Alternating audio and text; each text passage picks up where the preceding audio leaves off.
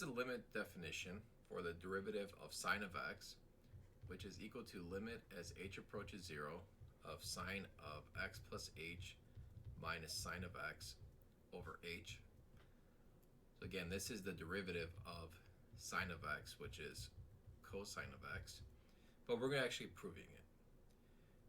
Okay, so in order to show this, we have to use the sign addition property, which says sine of x cosine of h plus cosine x sine h minus sine x all over h. From here, I can factor out a sine x from these two terms.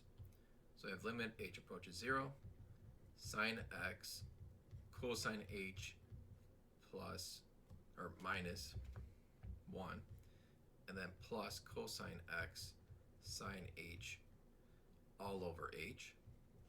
And we can split this up into two separate limits. You can think of the first limit as sine of x times cosine h minus 1 over h.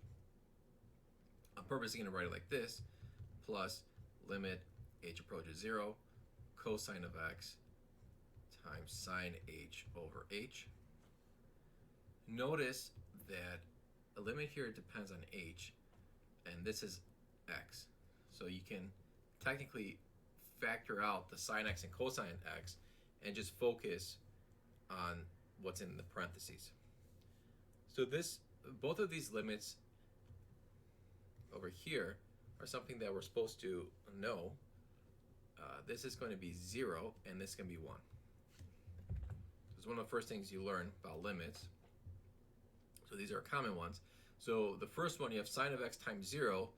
That's going to be 0, so I could just eliminate that. And the second one, we have cosine of x times 1. That's going to give me cosine x as my limit. And that's what we said it was.